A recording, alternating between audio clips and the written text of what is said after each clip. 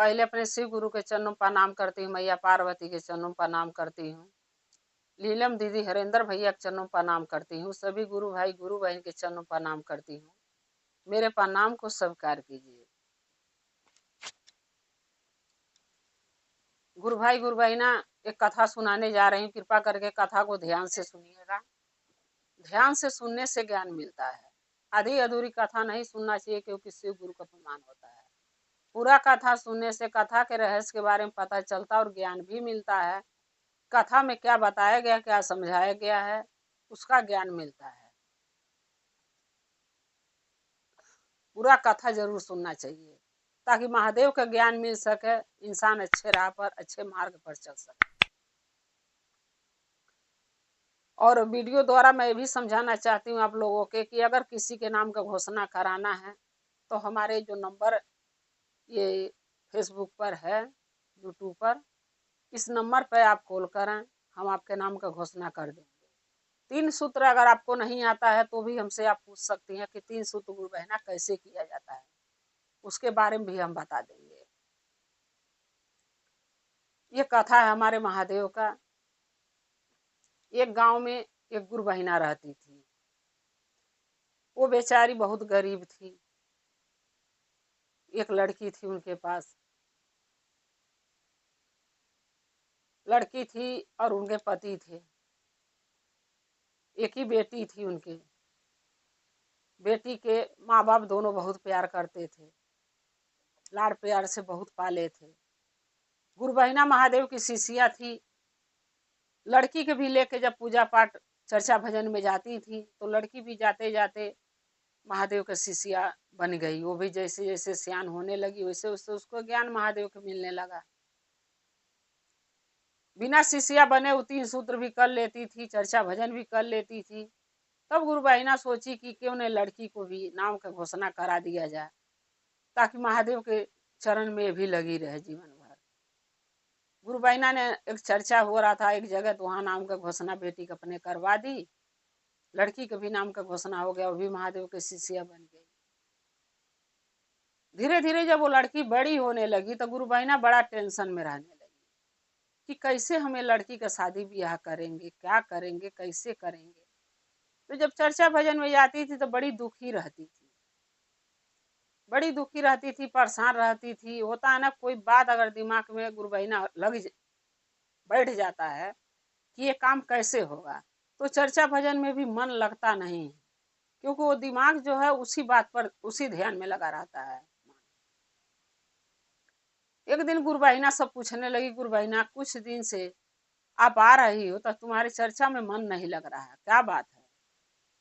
तब गुरु बहिना बोली कि क्या करूं गुरु बहिना, देखिए ना, जब लड़की छोटी थी तो मेरे कोई टेंशन नहीं था।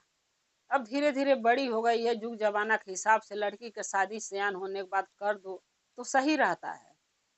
अब क्या करूं मैं, न धन है न दौलत है। मलिकार थे, मेहनत मजदूरी करके कमाते थे। जब वो ये दुनिया से चले गए तो हम मेहनत मजदूरी करके कमाने खिलाने लगी, लड़की की पढ़ाई लिखाई सब कुछ करी। लड़की महादेव के कृपा से महादेव के शिष्या बन गई है। लेकिन शादी ब्याह तो उसका करना पड़ेगा, कैसे करूं मैं, धन दौलत रुपया पैसा तो मेरे पास है नहीं। तब गुरु भैया गुरु बहिना सब बोले चर्चा में कि आप टेंशन मत लो, जिसके पास 1 रुपया भी नहीं रहता उसकी भी शादी सब गुरु भाई गुरु बहिना मिलके करा देते हैं। सो हम लोग भी आपकी बेटी की शादी करा देंगे, आप चिंता मत करो। अब महादेव का दया हुई तो अच्छा परिवार, अच्छा घर भर मिल जाएगा। गुरु बहिना बोली ठीक है, आप लोग कह रहे हैं गुरु भाई गुरु बहिना, तो चलिए हम आप ही लोग के भरोसे हूँ कि आप लोग थोड़ा हमारी सहायता कर दीजिएगा, ताकि मेरी लड़की की भी शादी हो जाए, उसका भी घर परिवार बस जाए। सब बोले अब चिंता मत करो, सब मिल के करेंगे, जैसे आपकी बेटी है वैसे मेरी भी बेटी है। गुरु बहिना के थोड़ा तसल्ली हुआ कि चलिए कोई तो है मेरी सहायता के लिए। तो इसीलिए कहते हैं गुरु बहिना, जब हम चर्चा भजन में जाते हैं, अगर किसी को कोई गुरु बहिना के ज्यादा दिक्कत है, परेशानी है, तो हमारा क्या फर्ज है, हम एक परिवार हो गए। जब हम शिव के शिष्य बन गए हैं तो हम लोग एक परिवार हैं। और एक परिवार में किसी एक इंसान को कुछ होता है तो उसकी सहायता करना चाहिए। नहीं वो सहायता मांगती है, उनसे पूछना चाहिए कि आप क्यों परेशान है, क्यों दुखी है। अगर वो कहती हैं इस चीज से परेशान है और हमारे लायक वो सेवा है, तो हमें जरूर सहायता करना चाहिए उनका। अब क्या हुआ कि अब गुरु बहिना एक गुरु भाई के बोली कि देखिए ना घर बड़ा अगर कहीं मिला तो बताना। उनको पता चला कि एक गांव में एक लड़का है,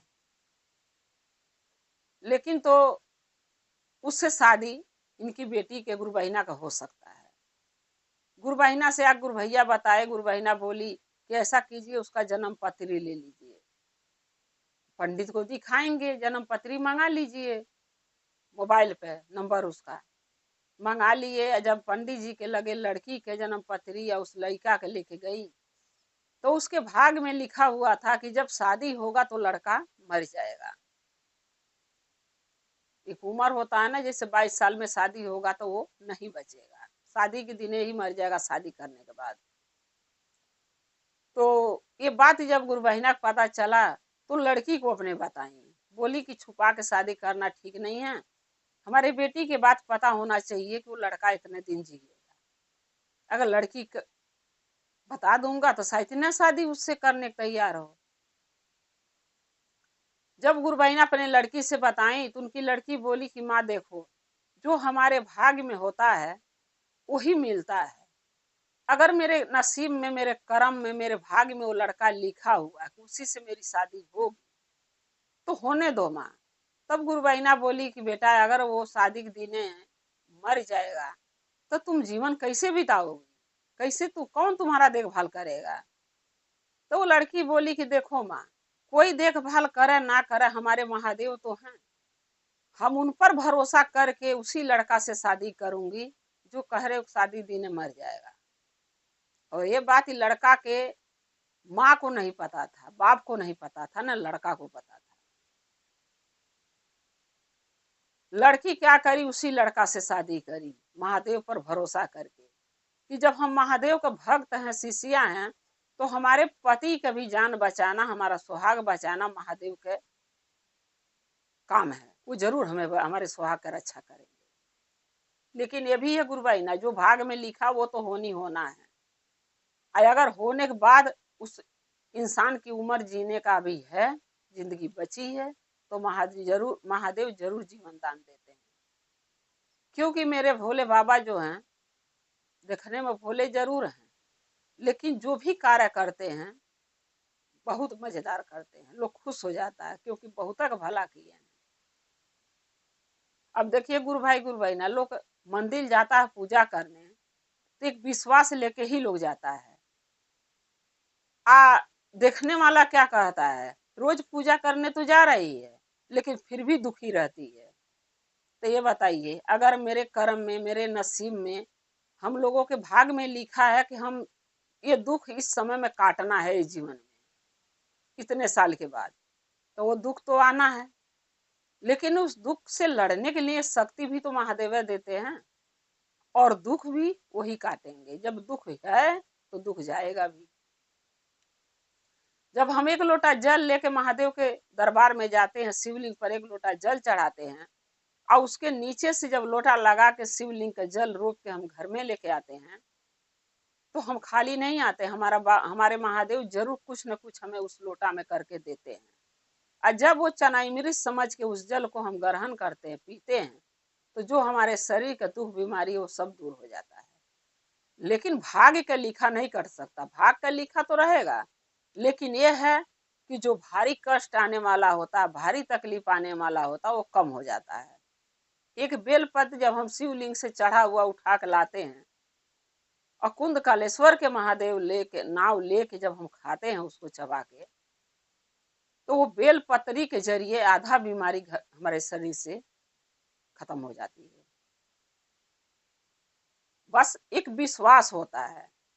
हम डॉक्टर के पास जाते हैं, पैसा लगाते हैं, क्यों देते हैं पैसा, वो क्योंकि भरोसा, सरकारी में भरोसा नहीं है। कुछ लोग कहते हैं सरकारी में जाते हैं पैसा नहीं लगता, लेकिन भरोसा नहीं होता दवाई अच्छा देगा कि नहीं देगा, तो लोग प्राइवेट में क्यों जाते हैं। इसीलिए ना हमें भरोसा है डॉक्टर पे कि हमें अच्छा दवाई देगा, क्योंकि हम उसको पैसे दे रहे हैं। उसी तरीके से भरोसा महादेव पर करना चाहिए कि जब हम महादेव के दरबार में 1 लोटा जल चढ़ाने जा रहे हैं तो इस विश्वास के साथ जाना चाहिए कि महादेव की जब हम 1 लोटा जल चढ़ाते हैं तो महादेव हमारे ऊपर अपना दया अपना कृपा जरूर करते हैं। जब हम डॉक्टर पर विश्वास कर सकते हैं तो हमारे महादेव पर क्यों नहीं कर सकते? उन पर भी करना चाहिए क्योंकि हमारे भोले बाबा किसी डॉक्टर से कम नहीं। वो लड़की क्या करी गुरु बहिना कि उस लड़के से शादी करने के लिए तैयार हो गई जो शादी के दिन मर जाता उसका पति। माँ कितनों मना करी गुरु बहिना लेकिन लड़की नहीं मानी। बोली माँ मैं शादी उसी से करूंगी क्योंकि मेरे भाग्य में वही लिखा है। अगर मेरे भाग्य में उसका विधवा बन के जीना लिखा है तो मैं जीऊंगी, लेकिन मैं शादी तो उसी से करूंगी। आप चिंता मत करो, कुछ नहीं होगा हमारे पति को, क्योंकि हमें महादेव पर भरोसा है। महादेव हमारे पति के जीवन दान जरूर देंगे, उसकी लंबी आयु जरूर करेंगे। देखिए गुरु बहिना, इसी के भरोसा कहा जाता है, इसी के विश्वास कहा जाता है। जैसे मैं तो यही कहूंगी जो लड़की महादेव पर भरोसा करके एक जो जानती है कि उसका पति शादी वाले दिन मर जाएगा, उसकी उम्र उतनी है फिर भी शादी करती है। इसीलिए मैं कहती हूँ कि हम लोगों के भी महादेव पर उतना ही भरोसा बना के रखना चाहिए जितना वो लड़की करी थी महादेव की भक्ति से सिया। जब उस लड़की का शादी हो जाता है और डोली जब दोनों कहार चारों कहार डोली लेके जाने लगते हैं तो रास्ते में जाते हुए एक मंदिर पड़ता है महादेव का। तब वो लड़की कहती अपने पति से, देखिए हम महादेव के भक्त हैं, शिष्या हैं, और रास्ते में मंदिर पड़ा है तो उस मंदिर को अनदेखा करके लांग के हम आगे नहीं बढ़ सकते। तो ऐसा कीजिए, आप घरे जाइए, डोली में बैठ के चली जाइए। माँ जी पूछेंगी तो बोल देना कि आपकी बहू मंदिर में पूजा कर रही है, अभी आ जाएगी। आप घरे जाइए, हमें मंदिर में जाने दीजिए, क्योंकि आगे से अगर हम महादेव के मंदिर देख के अनदेखा करके उनका दर्शन नहीं करूंगी तो शायद क्या पता कि कुछ अनहोनी हो जाए। जब उसका पति ये बात सुना तो बोला ठीक है, तुम जाओ मंदिर में पूजा कर लो, हम घर जा रहे हैं, लेकिन थोड़ा जल्दी आ जाना। तो लड़का क्या किया, जो शादी जो हुआ था उस लड़की से, उसका पति क्या किया कि एक रिश्तेदारी में का उसका छोट भाई लगेगा, उसको वहां छोड़ दिया। बोला तेरी भाभी रास्ता नहीं देखी है, और जब ये पूजा कर लेगी तो इसको घर लेके आ जाना। बोला ठीक है, उसको छोड़ के चला गया, अपने घर चला गया। घर जाके जब कोहबर घर में जाना हुआ, जैसे वहां जाते हैं लोग, हमारे यहाँ भी कुछ न कुछ रस्में होती है जो लोग करते हैं। वहां गया, सब बोली कि दुल्हन तो आई नहीं तो रस्म होगा कैसे। तो लड़का बोला कि चिंता मत करो, अभी वो आ जाएगी, मंदिर में पूजा करने गई है, आ जाएगी तो रस्म हो जाएगा। अब सब लेडीसें बाहर निकल गई, वो लड़का बैठे बैठे वहीं उसका प्राण निकल गया, क्योंकि लिखा था उसके भाग में कि इतने दिन जिएगा और शादी वाले दिन ही मरेगा। वो शादी करने के बाद वो लड़का मर गया।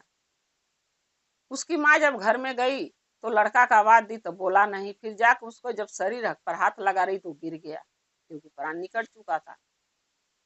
अब वो चिल्ला चिल्ला रोने लगी कि ऐसे अभागिन लड़की से शादी मैं कर दी कि मेरी बेटा के खा गई। देखिए गुरु बहिना, कोई किसी को नहीं खाता है, इंसान अनाज खाता है, जानवर नहीं है कि मांस चबाता है। लेकिन किसी के जब जवान बेटा गुजर जाता है तो माँ को तकलीफ होता है। जब माँ के तकलीफ होता है तो क्या बोल रही है उसको खुद पता नहीं चलता है। वैसे वो भी बेचारी अनाप शनाप अपने बहू को उल्टा सीधा बोलने लगी, उसको बदुआ देने लगी कि मेरे बेटा खा गई, तू भी सुखी नहीं रहेगी। सब चिल्ला रहे हैं, रो रहे हैं। जब वो लड़की मंदिर में पूजा कर ली तो क्या करी कि वहां से जल ले आई, शिवलिंग से रोप के एक कटोरी में जल रोप के ले आई, क्योंकि उसको पता था कि उसका पति गुजर जाएगा और यही जल महादेव का, शिवलिंग का, उसका जीवन बचाएगा। इसीलिए कहते हैं गुरु बहिना फिर दोबारा कि मंदिर जाइए लेकिन खाली लोटा लेके न जाइए, न खाली लेके आइए। मंदिर से जल भर के मत चढ़ाइए, घर पे जल, घर से अपने जल ले जाइए, अपने खुद का पैसे का लगा हुआ नलका हो, समरसीवर हो, टोटी हो, उसका जल ले जाइए, महादेव के चढ़ाइए। और वहां से शिवलिंग से जल रोक के लाकर अपने परिवार में सभी बच्चों के, सभी सियान के, बच्चा के, औरत हो, आदमी हो, बूढ़ हो, जवान हो, सबको पिलाइए, ताकि महादेव के दया कृपा के घर पे सदा बना रहेगा। जब वो जल लेके आई तो सोची कि घर में जाऊं, अपने पति के पास से जल पिला दूं, क्योंकि उसको पता था उसका पति नहीं बचा है। जब घर में जाने लगी तो उसकी सास, उसका ससुर सब मना कर दिए, बोले नहीं, एक तो मेरे बेटा था, इतना दिन पर मन्नत मानने के बाद मुझे महादेव एक औलाद दिए थे, तू वो भी छीन ली मेरे से। तू इतनी अभागिन है कि हमारे बेटा को खा गई। तू डाइन है, तू चुड़ैल है, तू ऐसी है, तू वैसी। अब सब कोई लगा उसको बोलने, सास ससुर।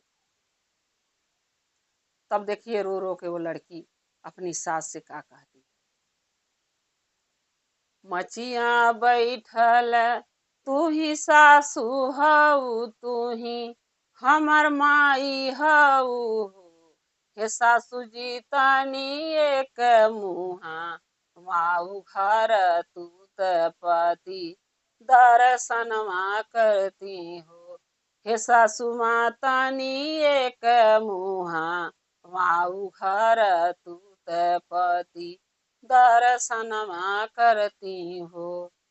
रो रो बेचारी अपने सास से गुहार लगा रही है, लेकिन सास एक ही बात कह रही है कि नहीं, तू डाइन है, तू चुड़ैल है, तू मेरे बेटा के खा गई, तू अभागिन है, तू हमारे घरे लायक नहीं है, मैं तुझे अपने बेटा के मुंह उघार के उसका शकल नहीं देखने दूंगी।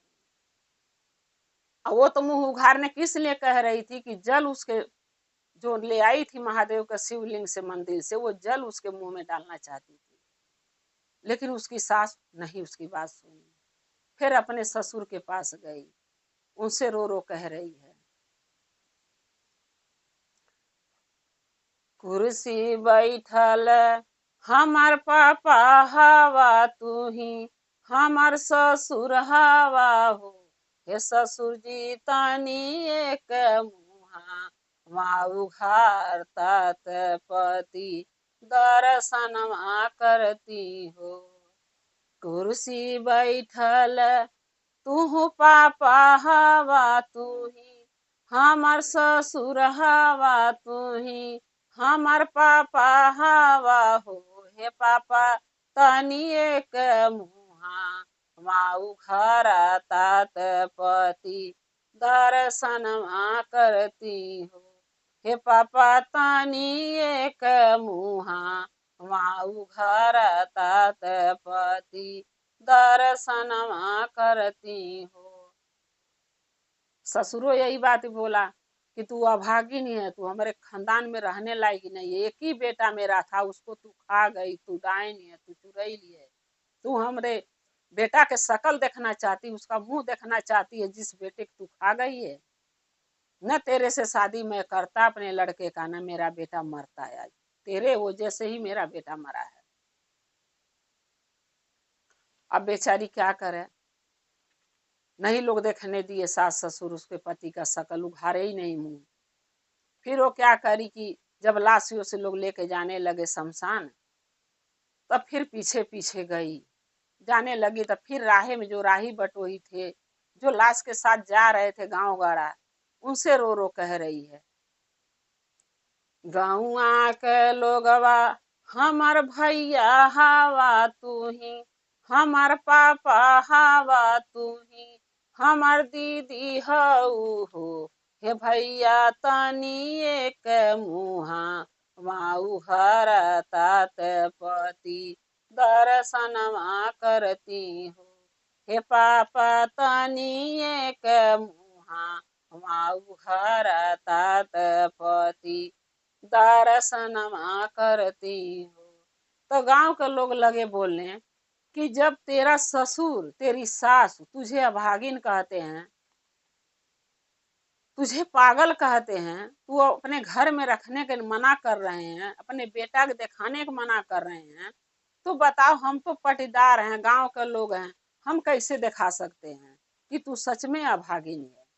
अरे जब पति जिंदा था तो तू घरे नहीं आई, साथ में शादी करके मंदिर में रह गई, और जब पति मर गया तो आखिरी समय पर तुझे मुंह भी देखने का नसीब नहीं हुआ।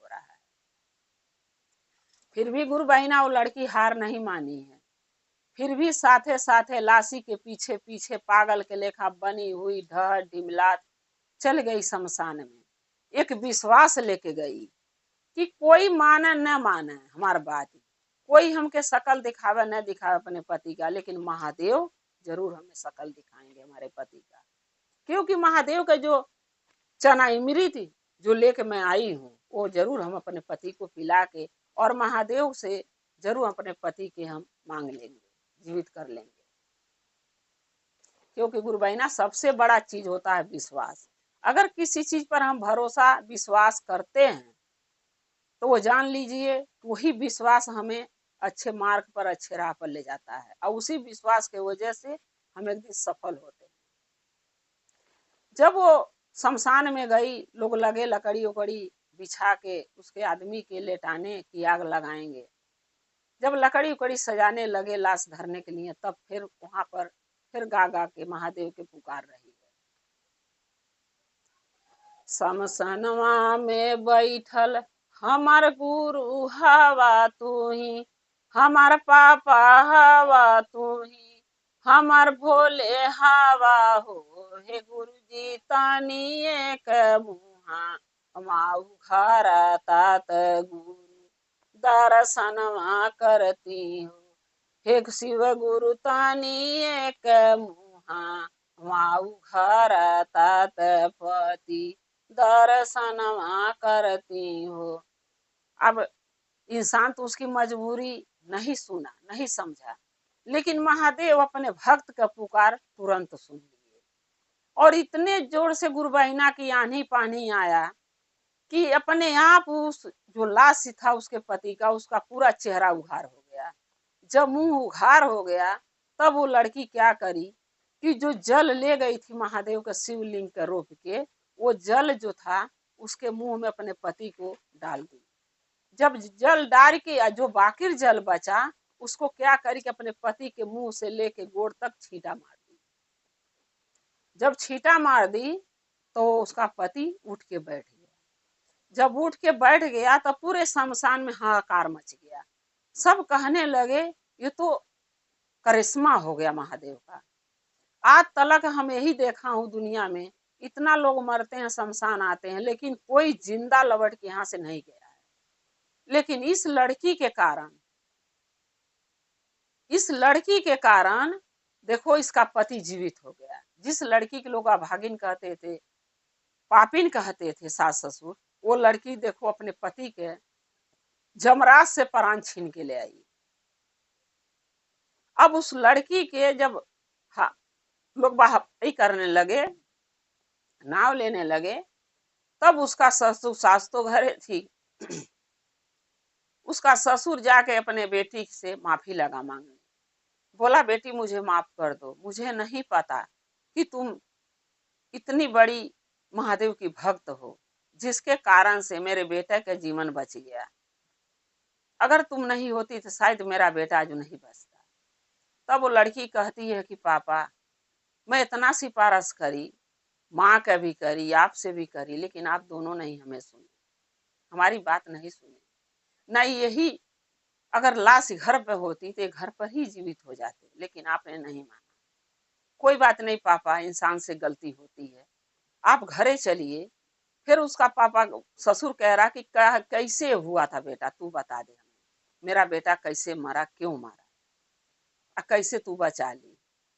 बोली पापा घर चलिए। अब घर चलेंगे तो सारी बात बताऊंगी। घर लिया के गई, लेकिन जो गांव के लोग लाश के साथ गए थे वो भी साथ में उसके घर गए, अपने घर कोई नहीं गया। ये जानने के लिए सब उत्सुक थे कि ये लड़की ऐसा क्या जानती है जो मरे हुए इंसान को जिंदा कर दी। ऐसा कौन सा भक्ति ये महादेव का करती है। जब घरे गई, जब उसकी सास देखी कि मेरा बेटा अपने पैरों से चल के घरे आ रहा, खुशी से उसका ठिकाना नहीं रहा। खुश हो गई। आज जब सबसे पूछने लगी तो उसका पति बोला कि ये तू अपनी बहू से पूछ, ये सब बहू का ही तप का फल है, बहू का पूजा का फल है, जो बहू के वजह से महादेव हमारे बेटा का जीवन दान दिया। तब वो सास फिर अपनी बहू से वो भी माफी मांगी या पूछने लगी तब वो लड़की सारी बात सबके बीच में बताई। बोली कि देखिए, जब हमारे पिताजी, जब मैं, पिताजी तो थे नहीं, जब मेरी माँ आपके बेटे के पत्रिका मंगाई, जन्म पत्री, तो उसमें साफ साफ लिखा हुआ था कि ये लड़का शादी के दिन मर जाएगा, क्योंकि इसकी उम्र ही उतनी दिन की थी आपके बेटा का। मेरी माँ बहुत मना करी कि मैं इनसे शादी न कर दूं, लेकिन मैं अपनी माँ को बोली कि माँ, अगर जिंदा लिखा हुआ मेरे भाग्य में यही, तो यही सही, मैं शादी उसी लड़के से करूंगी, चाहे वो शादी के दिन भले मर जाएगा। अगर उसका विधवा बन के मुझे जीना मंजूर है तो मैं जीऊंगी, क्योंकि मेरे भाग्य में अगर वही लिखा तो वही सही। लेकिन मेरे को महादेव पर बहुत भरोसा था। मैं अपनी माँ से बोली थी कि अगर महादेव के मैं सच्चे मन से दिलो जान से भक्ति पर अतीन सूत्र करती हूँ, पूजा पाठ भक्ति चर्चा कर रही हूँ, तो महादेव हमारे पति के जीवन दान जरूर देंगे, हम देंगे। हम विश्वास करती थी महादेव पर। इसी विश्वास पर मैं आपके बेटे से शादी करी, और ये बात ही आप लोगों को मैं नहीं बताई कि आपके बेटा इस दिन मर जाएगा, क्योंकि आप लोग दुखी हो जाते हैं, कितनों तो आप माँ बाप हैं। यही कारण है, जो रास्ते में जब मंदिर पर आ महादेव का, तो हम अपने पति से बोली, सिफारिश करी कि आप घरे जाइए, आपका इंतजार हो रहा होगा। अगर हम दोनों नहीं जाएंगे तो लोग चिंता में पड़ जाएगा। हम जो है मंदिर में महादेव के पूजा, आगे मंदिर है, सटले जाना है मुझे बगल से, उनको अनदेखा करके नहीं जा सकती, क्योंकि मुझे पता था कि महादेव के दया की जरूरत पड़ेगी। सो मैं मंदिर में गई, मंदिर में जाके महादेव के 3 सूत्र करी, प्रार्थना करी, या महादेव से दया मांगी, और दया के रूप में महादेव से हम ये चनामृत शिवलिंग से जल रोक के ले आई, चनामृत समझ के, क्योंकि मुझे लगा था कि ये चनामृत की जरूरत पड़ेगी। वही चनामृत मैं कटोरे में लेके आपसे कह रही थी कि उनका आप चेहरा दिखा दो, ताकि मैं उनके मुंह में डाल दूं, लेकिन आप लोग नहीं दिखाए। वही जब हम शमशान में गई हूँ, महादेव से गुहार करी हूँ कि हम महादेव, हमारे पति का मुंह दिखा दीजिए, हम पति के दर्शन करना चाहते हैं आखिरी बार। तब महादेव तूफान लाए हैं, जो आंधी चला है उसके कारण से मुंह उघार हो गया है। आप लोग आंधी के वजह से आप लोग, धूल मट्टी उड़ रहा था, आप लोग नहीं देख पाए, लेकिन वही जल जब हम अपने पति के मुंह में डाली हूँ और उनके पूरे शरीर पर छिड़की हूँ, तो मेरे पति जीवित हो गए। इनका जान मेरे महादेव बचाए, और इनकी लंबी उम्र भी वो दे दी है।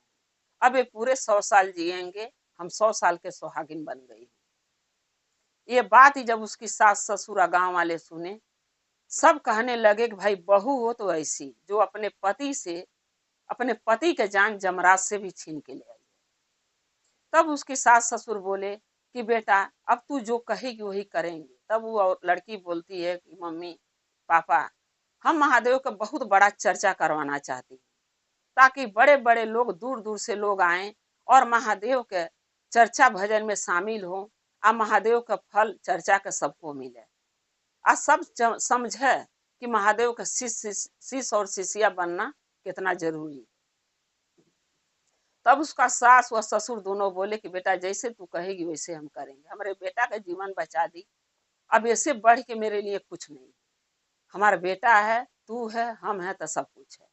और उसका सास ससुर बोले कि हम इस चर्चा में जो होगा हमारे घर पे, हम लोग अपने नाव का घोषणा कराएंगे, बेटा का भी नाव का घोषणा कराएंगे, अपना हम लोग कराएंगे। लड़की सुन के बड़ा खुश हुई कि मेरे सास ससुर भी, मेरे पति भी महादेव का शिष्य और शिष्या बन जाएंगे, इससे बढ़ के क्या चाहिए मुझे। जब चर्चा भजन होने लगा, कथा होने लगा, तो गांव वाले सारे एकजुट होके बोले कि हम भी महादेव का शिष्य बनेंगे। अब सोचिए गुरु बहिना, जिस गांव में चर्चा भजन दूर दूर तक कोई करता ही नहीं था, लेकिन एक महादेव के चमत्कार देख के पूरे गांव के लोग अपने नाव का घोषणा कराए, और चर्चा भजन में सब लग गए। महादेव का जैसे समय मिलता था खेती गृहस्थी से, सब अपना महादेव का चर्चा भजन करता था, और एक बहुत बड़ा मंदिर लोग बनवा दिए गांव वाले मिलके महादेव का।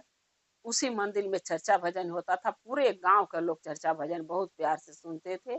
आप प्रतिदिन महादेव के 1 लोटा जल चढ़ाना पूरे गांव के लोग चालू कर दिए, और महादेव का दया कृपा उस गांव पर ऐसा बना कि सब एकदम खुशहाल से जिंदगी जीने लगा। न कोई दुखी रह गया, न कोई परेशान रह गया।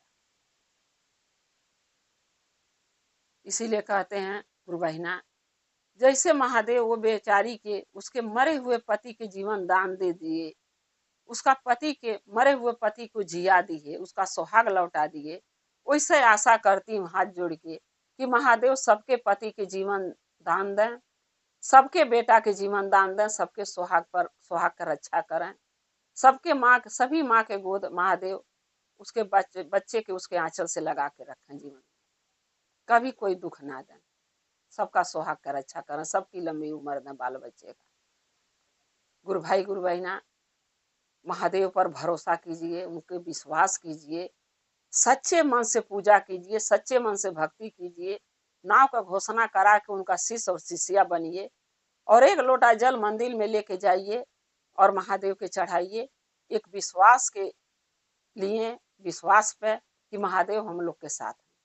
हमारे जब महादेव हमारे साथ हैं तो हमें कोई चीज के दुख नहीं।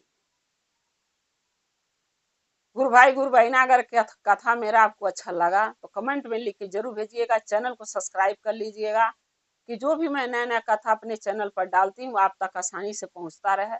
आप हमारे कथा को देखते रहें, अपना प्यार अपना दुलार ऐसे ही देते रहें, हम और आप शिव परिवार से ऐसे ही जुड़े रहें। हर हर महादेव, घर घर महादेव। महादेव का दया और कृपा सभी भक्तों पर सदा बना रहे। जय शिव गुरु महादेव। पहले अपने शिव गुरु के चरणों पर प्रणाम करती हूँ, मैया पार्वती के चरणों पर प्रणाम करती हूँ, लीलम दीदी हरेंद्र भैया के चरणों पर प्रणाम करती हूँ, सभी गुरु भाई गुरु बहन के चरणों पर प्रणाम करती हूँ। मेरे प्रणाम को स्वीकार कीजिए। गुरु भाई गुरु बहना, एक कथा सुनाने जा रही महादेव के, कृपा करके ध्यान से सुनिएगा। ध्यान से सुनने से ज्ञान मिलता है, आधी अधूरी कथा नहीं सुनना चाहिए क्योंकि शिव गुरु का अपमान होता है। पूरा कथा सुनने से कथा के रहस्य के बारे में पता चलता है और ज्ञान भी मिलता है कि कथा में क्या बताया गया, क्या समझाया गया, उसका ज्ञान मिलता है। क्योंकि गुरु भाई गुरु बहना, जब हम लोग तो चर्चा भजन में जाते हैं तो हमको ज्ञान मिल जाता है, और जो गुरु बहना नहीं चर्चा में जाती हैं, जब वो पूरा वीडियो देखेंगी ये कथा का, तो पूरा जब वीडियो देखेंगी तभी उनको ज्ञान होगा, क्योंकि पूरा वीडियो देखने के बाद ही ज्ञान मिलेगा और अच्छे बुरे की पहचान होगा कि इंसान को क्या अच्छा कर्म करना चाहिए जो अच्छा हो, और क्या नहीं करना चाहिए जो गलत होता है, जो बुरा होता है। इसलिए कहती हूँ बार बार हर वीडियो में यही कहूंगी कि अपना कथा जो है चाहे मोबाइल पर देखिए चाहे टीवी में देखिए। अगर आपके पास समय नहीं है तो समय निकाल के देखिए, घर का काम कर लीजिए तब बैठ के देखिए ताकि पूरा कथा देख सकें। और नहीं तो आप जॉब करती हैं तो 8 घंटा जॉब कीजिए, शाम को आइए आराम से बैठ के 1 घंटा अगर समय महादेव के निकाल के 3 सूत्र कर लेंगी और कथा सुन लेंगी तो कोई बड़ी बात नहीं, क्योंकि यही हमारे साथ जाएगा। रुपया पैसा हम कितनों कमा लें, घर गृहस्थी कितनों जतना लें, कितनों घर के बाल बच्चे का सेवा, घर के सास ससुर का सेवा करना बहुत जरूरी है। क्योंकि जब हम अपने घर में बुजुर्गों का सेवा करते हैं, उनका दुख दर्द समझते हैं तो महादेव हमारे समझते हैं। लेकिन साथ में महादेव का चर्चा भजन भी करना जरूरी है, क्योंकि यही हमारे साथ जाएगा। एक सास ससुर का सेवा और एक चर्चा भजन महादेव के पूजा पाठ का। तो इसलिए हम कहती हूँ कि पूरा कथा सुनना चाहिए ताकि ज्ञान मिल सके। अगर मेरा ये कथा आपको अच्छा लगेगा तो कमेंट में लिख के जरूर भेजिएगा, चैनल को सब्सक्राइब कर लीजिएगा कि जो भी मैं नया नया वीडियो नया नया कथा अपने चैनल पर डालती हूँ आप तक आसानी से पहुँचता रहे। आप हमारे कथा को ऐसे ही देखते रहें, अपना प्यार देते रहें, क्योंकि जब आप चैनल को सब्सक्राइब कर लेंगी तो आसानी से हमारे वीडियो जब भी आप मोबाइल चलाएंगी तो आपके पास हमारा कथा नया नया जो भी डालूंगी पहुँच जाएगा।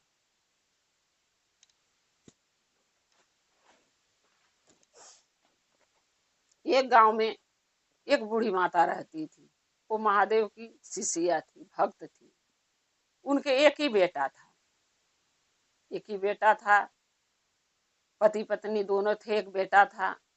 बेटा का शादी ब्याह कर दी तो गुरु बहना कौन आदमी जीवन भर जीने आया है। जब तक जिसकी जिंदगी जितना दिन तक की लिखी है उतना दिन इंसान जीता है, चाहे औरत हो चाहे आदमी हो। और जब बुलावा आ जाता है तो किसी के मान के नहीं है, उसको तो जाना ही है। जब धीरे धीरे लड़का पढ़ लिख लिया, कमाने लगा, तो गुरु बहना अपने पति से बोली कि लड़का सियान हो गया, इसकी शादी कर देना चाहिए, क्योंकि हम लोग बूढ़ी बूढ़ा हो रहे हैं, जीवन का कोई भरोसा नहीं है। अगर शादी कर देंगे तो बहू आ जाएगी, घर में 2 रोटी बनाएगी, खिलाएगी। सास बहू की कहानी थी, है ये सास बहू की कहानी है गुरु बहिना। तो गुरु भैया क्या बोले कि ठीक है, हम लड़की देखते हैं, शादी कर देंगे। तो लड़की ढूंढने लगे तो एक लड़की मिली एक रिश्तेदारी में। उन्होंने क्या किया, लड़का के शादी कर दिया। लड़की आई, ठीक ही आई, जैसे चाहती थी वैसे मिल गई। घर का काम काज, झाड़ू पोछा, बर्तन, खाना पीना सब बनाती थी, सेवा टहल सब करती थी। लेकिन धीरे धीरे जब समय बीतता रहा तो गुरु भैया ये दुनिया छोड़ के चले गए। अब गुरु बहिना बची, उनका बेटा, उनकी बहू। तो बेटा भी ठीक था, लायक था, अच्छा था। लेकिन जरूरी नहीं है जो आज अच्छा सब कुछ चल रहा कल भी अच्छा चलेगा, ये तो जीवन में जरूरी नहीं है। जीवन में उतार चढ़ाव आता रहता है, कभी गरीबी, कभी अमीरी, कभी सुख, कभी दुख। कभी बेटा अच्छा, कभी बहू अच्छी, कभी बेटा खराब, कभी बहू खराब। ये तो जीवन में अच्छा बुरा का होना ही है। तो जब गुरु भैया चल गए दुनिया छोड़ के, तब गुरु बहिना जब अब बताइए हमेशा जो चर्चा में जा रहा है वो चर्चा भजन कैसे छोड़ देगा, नहीं छोड़ सकता। लड़का जो था वो कमाने चला गया परदेश। बोला माँ गांव में कितना कमाता हूँ, कुछ नहीं हो पाता है गांव के कमाई से, परदेश जा रहा हूँ, कमाऊंगा शहर में तो कुछ काम होगा। बोली ठीक है बेटा। बीवी से पूछा, वो भी तैयार हो गई, बोली ठीक है जाइए कमाइए, घर में बैठ के थोड़ी पेट भरेगा। लड़का शहर कमाने चला गया, अब सास पतो ही बची। गुरु बहिना बिगाड़े वाले बहुत लोग मिलेंगे, लेकिन घर बसाने वाला अगर 100 में 90 औरत या आदमी ऐसे मिलेंगे कि आपको अच्छा खासा घर के बर्बाद कर देंगे, और 100 में 10 लोग ऐसे मिलेंगे जो आपका घर परिवार बिखरा है उसको आबाद कर देंगे, बसा देंगे अपने अच्छा बुद्धि ज्ञान से। अब गुरु बहिना चर्चा भजन में चली जाती थी और बहू घर में अकेली। अब वो आई मिल ले तो वो आई मिल ले, घर फोड़े वाला बहुत मिल जाती हैं। अब सब उसको लगी सिखाने पढ़ाने कि तेरा ससुर तो मर गया, पति परदेश कमाने शहर चला गया, और तेरी सास चर्चा भजन में जाती है, तू पूरा दिन काम में लगी रहती है, सास को क्यों नहीं बोलती घर का काम करने के लिए। तो उसकी बहू बोली गुरु बहिना कह के ठीक है, आज वो आती है तो मैं बोलूंगी घर का काम करो, चर्चा भजन में मत जाओ। चर्चा भजन में जाके मिलता क्या है। इसीलिए कहते हैं गुरु गुरु बहिना कि ज्ञान की कमी है। जो गुरु बहिना चाहे जवान हो, चाहे बूढ़ हो, चाहे पतोही हो, चाहे बेटी हो, जो महादेव के शिष्य और शिष्या होंगी उनको ज्ञान होगा कि चर्चा भजन में जाने से हमें क्या मिलता है और क्या नहीं मिलता है। और जो नहीं जाती हैं उनके पास यही चीज की कमी है कि ज्ञान नहीं। तो वो जब सास गुरु बहिना जब चर्चा में से आई, तब उनकी बहू बोल रही है कि कल से आप शिव चर्चा में नहीं जाएंगी। तो बोली क्यों। गुरु बहिना बोली क्यों, आज तक तो तू नहीं रोकी, अब क्यों रोक रही है। तब बहू बोल रही है कि देखिए सासू माँ, आप तो चली जाती हैं चर्चा में, सुबह सो के उठेंगी, बुरुश करेंगी, नहाएंगी, और नहा धो के चर्चा में सर से निकट जाती हैं, और पूरा दिन घर का काम करते करते मैं परेशान रहती हूँ, इसलिए अब घर का काम करेंगी, चर्चा में नहीं जाएंगी। तब वो गुरु बहिना बोली कि नहीं, हम चर्चा में जाना नहीं छोड़ पाएंगे, क्योंकि महादेव के जब ले चर्चा भजन में मैं नहीं जाती हूँ तब मुझे तसल्ली नहीं होता है। जैसे लगता है कि मेरा कुछ हेरा गया, कुछ गुम हो गया है, मुझे मिल नहीं रहा है, मुझे अच्छा नहीं लगता, इसलिए मैं चर्चा भजन में जाती हूँ और जाऊंगी, क्योंकि मैं घर नहीं रह पाऊंगी। तो उनकी बहू बोली कि नहीं, अगर आप चर्चा भजन में जाओगी तो हम आपको घर में नहीं रहने देंगे। गुरबहिना बोली जब का तब देखा जाएगा, लेकिन चर्चा भजन तो मैं नहीं छोड़ पाऊंगी। गुरबहिना बियाना भइले बहू के मना कैले के बाद भी चर्चा में चली गई। चर्चा में गई, चर्चा भजन करी, विराम हुआ, प्रसाद लेके आई, दया लेके आई। और जब ले आके बहू को देने लगी तो बहू क्या करी कि दया उठा के फेंक दी, प्रसाद फेंक दी। फेंकने के बाद क्या करी कि सास के घर से निकाल दी। वो बोली मैं घर से नहीं निकलूंगी। तो बाहर जैसे इस साइड घर था और दुआर था बीच में, और उस साइड एक कमरा घर था। जैसे कोई आ जाता था तो उसमें रहता था रिश्तेदार मेहमान। अब वो क्या करी कि उसी घर में बूढ़ी माता चली गई रहने के लिए, गुरु बहिना, कि हम इसी घर में रहूंगी, ले ले तू अपना घर, हमें नहीं चाहिए। जो कि बनाया तो उन्हीं का है, लेकिन बहू आती तो कहती है मेरा घर है। तो ये तो भाई वो है थेथरई जबरदस्ती जमाना है, तो लोग क्या करेगा।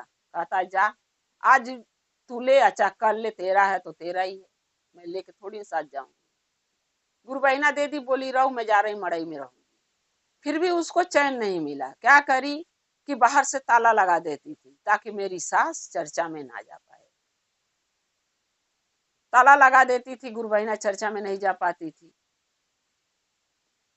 4-5 दिन ऐसे बीता, बुढ़िया के यानी गुरु बहिना को खाना देना भी बंद कर दी। लेकिन महादेव जो थे वो एक साधु के रूप में आके और पीछे खिड़की से खाना भिजवा देते थे। और गुरु बहिना के जो खाना घर में कभी नहीं अच्छा अच्छा मिलता था, वो बरहो बिजन का खाना महादेव अपने शिष्या को खिलाते थे। लेकिन ये बात गुरु बहिना भी नहीं समझ पाती थी कि ये खाना कहाँ से आया है, आना कोई जान पाता था। कुछ दिन के बाद जो है उसका बेटा आया, बुढ़िया का, गुरु बहिना का बेटा कमा के आया शहर से। आते पूछा कि मेरी माँ कहाँ है। जब माँ का नाम लिया तो उसकी बीवी क्या कह रही है कि तुम्हारी माँ घर छोड़ के भाग गई। बोला क्यों? बोली तुम्हारी माँ तो हम लोगों का नाक कटवा दी है, गांव गांव गली गली घूम के चर्चा भजन करती हैं। लोग क्या कहता है, लोग हमारे ऊपर हंसता है, लोग आके शिकायत करता है। तेरी सास तो वहां पर महादेव का चर्चा भजन कर रही थी, प्रसाद मांग के खा रही थी। बताइए, उनको खाना नहीं मिलता घर में कि प्रसाद मांग मांग के पेट भरती है। ये उम्र में हम लोगों के कहीं मुंह दिखाने लायक नहीं छोड़ी। तो लड़का बोला कि मेरी माँ कहाँ है, बताएगी तब तो माँ से पूछूंगी। तो कह रही माँ से पूछना क्या है, खोजना क्या है। मैं बोल रही ना तुम्हारी माँ घर छोड़ के चली गई तो चली गई। तो वो लड़का बोला फिर भी माँ को ढूंढ के तो पूछना तो पड़ेगा कि माँ चर्चा भजन में क्यों नहीं जाना बंद कर रही है, क्यों हमारी बेइज्जती करवा रही है। तो बोली अगर तुम्हारी माँ मिल जा तो क्या करोगे, माँ के घर से निकाल दोगे ना। तो बोला कि घर से क्यों निकालूंगा, घर में लाऊंगा, रहेगी यहीं पे। बोली नहीं, अगर तुम बोलो कि तुम अपनी माँ के घर से निकाल दोगे, ले जाके नदी में फेंक दोगे, तब मैं बताऊंगी तुम्हारी माँ कहाँ है। बोला ठीक है, चल तेरी बात मानूंगा।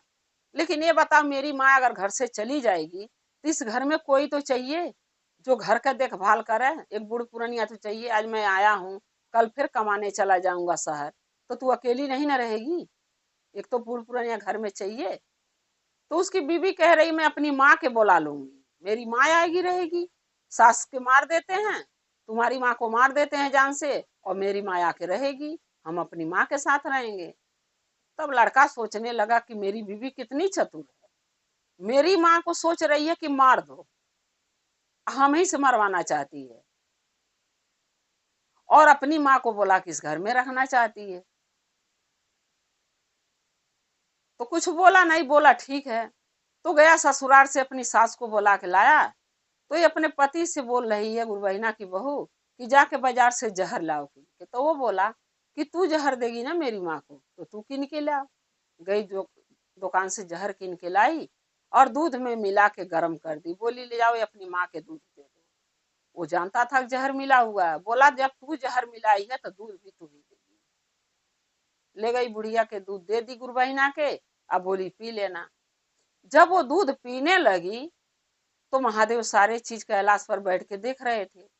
महादेव ने क्या किया कि अपने गले का नाग निकाल के और जमीन पर रख दिया। बोला बासुकी के कि बासुकी तुम चले जाओ, और जो ये मेरी शिष्या दूध पीने जा रही है उसमें जहर है, वो जहर तुम घींच लेना गिलास से। आया ऐसे हिसाब से जहर को घींचना कि किसी की नजर तुम पर ना पड़े। अब गुरबहिना दूध टेबल पर रख के बाथरूम में चली गई। सोची चलो बाथरूम से आते हैं तब दूध पी के सो जाएंगे। जब वो बाथरूम में गई, इतने मेर में नाग आया और दूध का जहर घींच लिया। वासुकी जो महादेव के गले में रहते हैं, वो दूध में से सारा जहर घींच के नाग चला गया, महादेव के फिर गले में जाके बैठ गया, लपटा गया। और वो दूध जब गुरु बहिना बाथरूम से निकली तो दूध को पी ली। पीने के बाद उनकी जो समधीन यानी बहू की जो माँ थी वो गई सोने उनके रूम में। जब सोने गई तो गुरु बहिना जो है कि चरपाई पर सोती थी। और ये जब उसकी माँ आई तो उसी घर में एगो बेड डलवा दी कि मेरी माँ बेड पर सोएगी, चरपाई पर क्यों सोएगी, मेरी माँ को कमर में दर्द होगा। तो अपने पति से कह रही है कि उस रूम में जिसमें माँ जी रहती हैं उसमें एक वो थी बेड डाल दो। बोला क्यों? बोली मेरी माँ के कमर में दर्द होता है, बेड पर सोएगी सही रहेगा। तब वो बोला मेरी माँ को दर्द नहीं होता, तेरी माँ को दर्द होता है। तो कह रही तब अपनी माँ के लेके रहो, फिर मैं के जा रही हूँ। बोला यही तो बात ही है, जब तेरे कुछ बोलूं तो तू धमकी देती है मैं के का। अब मैं अपनी इज्जत बचाता हूँ, तू चली जाएगी तो लोग कहेंगे कि क्या बात है कि बीबी भाग गई, नहीं अरे चली गई, इसका तू फायदा उठा रही है। बोली जो भी हो लेकिन मेरी माँ के लिए बेड ला दो। गया बेड कीन के लाया। जब वो उसकी सास सोने गई लड़के की, तो बुढ़िया जो थी उसकी माँ गुरु बहिना वो चरपाई पर सोती थी। जब वो चरपाई पर सोने लगी तो जो ये बहू थी इसकी माँ क्या कह रही है कि नहीं समधीन जी, हम तो चरपाई पर सोते हैं, आदत ही है, ऐसा करो आप बेड पर सो जाओ, मैं चरपाई पर सो जाऊँ। तो गुरु बहिना बोली नहीं, आपकी बेटी आज तक तो बेड घर में किन के मंगाई नहीं, जाहिर सी बात आज मंगाई है तो आपका ही बेड है, आप ही इस पर सोएंगी, सो आप सो जाइए। बोली नहीं, हम बेड पर नींद नहीं आएगा, आप बेड पर सो जाओ, मैं नीचे सो चरपाई पर सो जाती हूँ। अब वो क्या सोची बहू कि मेरी माँ तो बेड पर होगी और इसकी माँ यानी मेरी सास चरपाई पर होगी, तो चरपाई सुध जब जहर मिलाई हूँ बेहोश हो जाएगी तो ले आके नदी में डाल देंगे दोनों मियाँ बीवी। अब क्या करी कि वो जो लड़के की जो सास थी वो क्या करी, चरपाई पर सो गई और लड़के की माँ बेड पर सो गई। ये बात न लड़के को पता था और न उसकी बहू को। जब 3 बजा तो लड़के की जो बीवी थी उसको जगाई, बोली अभी 3 बज रहा, अंधेरा है, चलो तुम्हारी माँ को नदी में फेंक आते हैं, क्योंकि लोग जग जाएंगे तो जान जाएंगे कि क्या लेके हम लोग जा रहे हैं। बोला चल ठीक है। अब जब गया तो देख रहा है, बोली कि अपनी माँ को उठाओ चरपाई से और ले चलो, बोरा में भरो, बंद करो और रस्सी से बांध दो, ले चलते हैं। जब उठाने गया वो बोरा में डालने के लिए तो चेहरा गया देखो लड़का, तो क्या देख रहा कि उसकी माँ है, यानी उसकी सास है उस लड़के की, और उसकी माँ तो बेड पर सोई हुई है। तब सोचने लगा कि ये मेरी माँ को मारना चाहती है, आज ये खुद अपनी माँ को मारेगी। तब इसको समझ में आएगा कि माँ के दर्द होता क्या है मरने का। वो लड़का कुछ नहीं बताया, क्या किया, अपनी सास को उठाया, बोरा में डाला, बोरा का मुंह बंद किया और चरपाई थी एक ठेला लिया, द्वार पर ठेला एगो खड़ा था एक आदमी को, उस ठेले पर रख के दोनों मियाँ बीवी ले गए नदी में डाल दिए। जब नदी में डाल दिए तो लड़का के तो पता था, तो लड़का बोला अरे एक बार खोल के देख तो ले मुंह कि कौन है, नदी में फेंकने से पहले। तो कह रही क्या देखूं, तुम्हारी माँ तो है, जाने दो, अब क्या देखना, बुढ़िया के जहर पिलाई थी वो मर गई है, ले जा फेंक दो। बोला ठीक है। क्या किया कि ठेले पर से ढकेल दिया, चली गई बुढ़िया नदी में। नदी में चली गई तो आने लगे दोनों मियाँ बीवी। जब आने लगे तो देख रहे हैं कि एक झुनझुना बेचने वाला ठेली पर झुनझुना बेच रहा है। तो वो औरत क्या कह रही है, वो गुरु बहिना की बहू, कि एक झुनझुना ले दो, मेरी एक भजन गाने का मन कर रहा है तुम्हारे माँ के लिए। बोला ठीक है। वो तो जान ही रहा था कि मेरी माँ तो नहीं मरी है, तेरी माँ मरी है। कह रहा ठीक है ले ले, ले ली झुनझुना। तो बोला एगो मेरे लिए भी तो कीन दे। तो कह रही तू क्या करोगे? बोला मैं भी भजन गाऊंगा अपने सास के लिए। तो कह रही तुम्हारी माँ मर गई इसलिए मैं गा रही हूँ, गाऊंगी। और तुम क्यों मेरी माँ के लिए गाओगे, मेरी माँ तो घर पे है।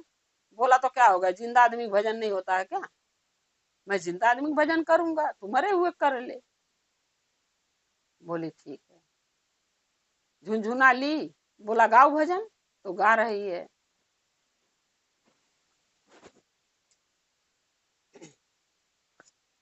मरी गई मरी गई मरी गई हो, आज हमारी जो सासू मरी गई हो, चली गई चली गई चली गई हो, आज घर के मुसीबत चली गई हो। मरी गई मरी गई मरी गई हो, आज मेरी ही सास मर गई हो, चली गई चली गई चली गई हो, मेरे घर के मुसीबत चली गई हो। तब वो बोला कि गाली, बोली हाँ, आज मैं खुश हूँ। तुम्हारी माँ घर के मुसीबत तो थी, भले मर गई, चल गई इस घर से, घर अब खुश हो गया हमारा, अब खुशी खुशी रहेंगे। तब उसका आदमी कह रहा मैं भी एक भजन गाऊं। तो कह रही है गा लो, कौन सा भजन तुम गाओगे? कह रहा तेरी माँ के लिए। कह रही गाओ। तो गा रहा है, चली गई चली गई चली गई हो, मेरी सास मर के नदी में चली गई हो, फेंकी आई फेंकी आई फेंकी आई हो, मेरी बीवी अपनी माँ के नदी में फेंकी आई हो। तब वो कह रही है तू क्या गा रहे हो, ये कौन सा भजन है? मेरी माँ तो घर पे है, तो तुम मेरी माँ के कह रहे हो नदी में फेंकी आई, उसकी बेट मेरे को कह रहे कि अपनी माँ को फेंकी आई, मैं तो तुम्हारी माँ को फेंकी हूँ। बोला ठीक है, तू मेरी माँ के फेंकी है तो क्या हो गया, भजन तो भजन होता है, घरे चल, घरे चल के देख ही ले, तेरी माँ नदी में फेंकाई है मर गई कि मेरी माँ मरी है। तो बोली ठीक है चलो देखते हैं घर पे।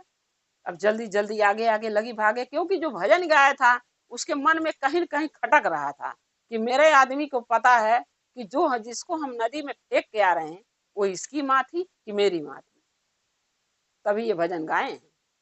अब जल्दी जल्दी घरे गई तो क्या देख रही है, उसकी सास द्वार पे झाड़ू लगा रही है।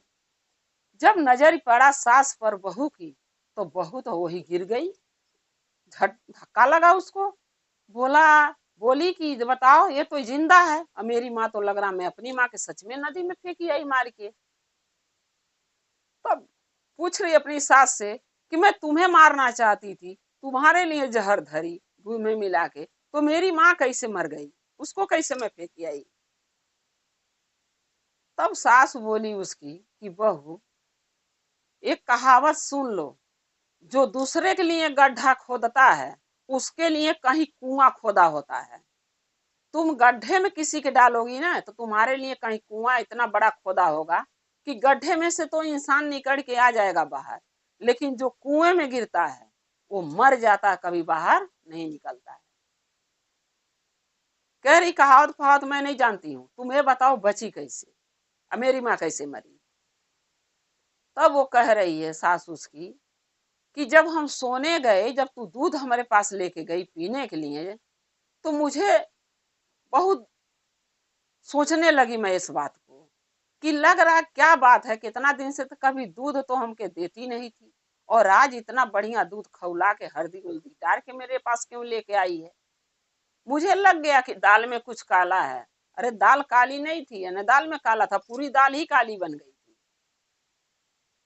कह रही है क्या बुझौनिया बुझा रहे, अपनी सास को बोले क्या बुझौनी बुझा रहे, सच सच सही से बताओ। तब वो बोली उसकी सास कि देख बहू, तू हमें मारना चाहती थी, एक महादेव की शिष्या को मारना चाहती थी, बिन गलती के बिना कसूर के, और मेरे बेटे से बोली तुम्हारी माँ भाग गई, मेरे को उल्टा सीधा मेरे बेटे से लगाई, आ देख तेरी ही माँ मर गई, तू मुझे मारना चाहती थी, हमारे चक्कर में तू अपनी माँ को मार के नदी में फेंकी आई। तो बहू पूछ रही तुम कैसे बची ये बताओ। तो सारी बात बताई कि जो तू दूध धिका के ले गई, वो दूध मैं किचन वो टेबल पर रख के बाथरूम में चली गई, बाथरूम से आऊंगी दूध पी के सो जाऊंगी, जब मैं आई तो दूध तो मैं पी और पी के सोई भी, लेकिन मैं मरी नहीं, अब कैसे हुआ ये मैं भी नहीं जानती। तो बोली मेरी माँ कैसे फिर गई मरी? तो बोली कि सुतने की जो बात ही है, तू मेरे को चरपाई पर सुताती थी, अपनी माँ के लिए बेड किन के लाई, तेरी माँ को बेड पर नींद नहीं आ रहा था, बोली कि हमें कि आप बेड पर जाकर सो जाओ, मैं चरपाई पर सो जाती हूँ, तो मैं तेरी माँ की बात कैसे टालूं? अरे आखिर तो वो समधिन है, तेरी माँ थी, तो बहू की माँ की बात तो मानना था मुझे। सो उनकी बात मान के मैंने उनको बेड पर चरपाई पर सुता दी, मैं बेड पर सो गई। आ तू सोची मेरे को कि ये चरपाई पर सोई हैं, इसलिए तू हमारे बेटा के साथ मिल के और ले गई हमके नदी में डाल दी। हम घर में रह गए, चरपाई पर तेरी माँ थी, तू अपनी माँ को फेंकी आई नदी मुँह के। तब चिल्ला चिल्ला रोने लगी। तब गुरु बहिना बोली कि देख बहू, गलती करी है तो गलती मान लेना सबसे बड़ा महान इंसान होता है। जो हो गया, यानी तेरी माँ मर गई, वो तो लौट के नहीं आएगी, लेकिन अगर तू गलती करी है तो महादेव से माफी मांग ले। फिर महादेव के मंदिर गई, उनके चरणों में गिर के सर झुका के पटक पटक के रो के महादेव से माफी लगी मांगने की, हे भोलेनाथ, आगे से मैं आपके भक्त के कष्ट नहीं दूंगी, चाहे कोई भी आपका भक्त हो, मैं कष्ट नहीं दूंगी, मैं उनको दुख नहीं पहुंचाऊंगी, मैं उनको ऐसा कभी बुरा नहीं उनके साथ करूंगी। जो मैं पाप करी हूं मुझे माफ कर दीजिए, जो होना था हो गया, लेकिन हमें बुद्धि ज्ञान दीजिए कि आगे से दोबारा ऐसा पाप मैं ना करूं। महादेव से माफी मांगी, साथ में गुरु बहिना भी गई, बोली हे भोलेनाथ हमारे बहू को क्षमा कर दो, जो होना था हो गया। फिर वही बोली कि हे भोलेनाथ मैं भी आपका शिष्या बनूंगी। लड़का भी बोला कि मैं भी शिष्य बनूंगा। गुरु बहिना अपने बेटा के बहू का नाम का घोषणा कर दी। बेटा और बहू और गुरु बहिना मिल के तीनों महादेव के शिष्य शिष्या बन गए, रहने लगे और महादेव का चर्चा भजन करने लगे। महादेव उनको ज्ञान दिए, सही मार्ग दिखाए। इसीलिए कहते हैं गुरु बहिना कि हम जब किसी को बुरा सोचते हैं किसी के लिए, तो हमारे साथ बुरा हो जाता है। इसीलिए किसी के बारे में बुरा मत सोचिए। अगर वो बुरा बोल भी रहा है, औरत हो चाहे आदमी, उसको अनदेखा कर दीजिए, क्योंकि वो बुरा हमके नहीं बोल रहा है, बुरा वो अपने लिए बुरा बोल रहा है, वो अपने लिए पाप का भागी बन रहा है। हमारा कुछ नहीं जाएगा, लेकिन जो गलत बोलेगा उसका फल उसको एक दिन जरूर मिलेगा। जैसे गुरु बहिना के पतोह की मिला, मारना चाहती थी सास को, मार दी अपनी माँ को। तो जिसको हम कष्ट देते हैं ना, तो महादेव उसका घुमा के उल्टा कर देते हैं। क्योंकि जब हम एक निर्दोष के मारना चाहते हैं, तो महादेव कहते हैं कि इसको ऐसा करो कि जीवन भर पछता, इस पछतावा में जिए कि हम किसी दूसरे के लिए बुरा सोचे तो हमारे साथ बुरा हो गया। इसीलिए कहते हैं गुरु बहिना कि किसी के साथ बुरा नहीं करना चाहिए। सास हो, ननद हो, पति हो, चाहे बहू हो, कोई भी हो। हाँ, कुछ लोग अच्छे होते हैं, कुछ लोग बुरे होते हैं, किसी का स्वभाव अच्छा होता है, किसी का स्वभाव बुरा होता है, तो ये जरूरी नहीं कि हम भी उसके साथ बुरे बन जाए। अच्छे बन के रहना चाहिए ताकि महादेव हम लोग के साथ रहें। गुरु बहिना, अगर मेरा एक कथा आप लोग के अच्छा लगा है तो कमेंट में लिख के जरूर भेजिएगा। चैनल को सब्सक्राइब कर लीजिएगा। जो भी मैं नया नया कथा, नया नया वीडियो अपने चैनल पर डालती हूँ वो आप तक पहुँचता रहे। आप हमारे कथा को ऐसे ही देखते रहें, अपना प्यार देते रहें। हम और आप शिव परिवार से ऐसे ही जुड़े रहें। हर हर महादेव, घर घर महादेव। महादेव की दया और कृपा सभी भक्तों पर सदा बना रहे। शिव गुरु सदा आप लोग के साथ रहे। जय शिव गुरु महादेव।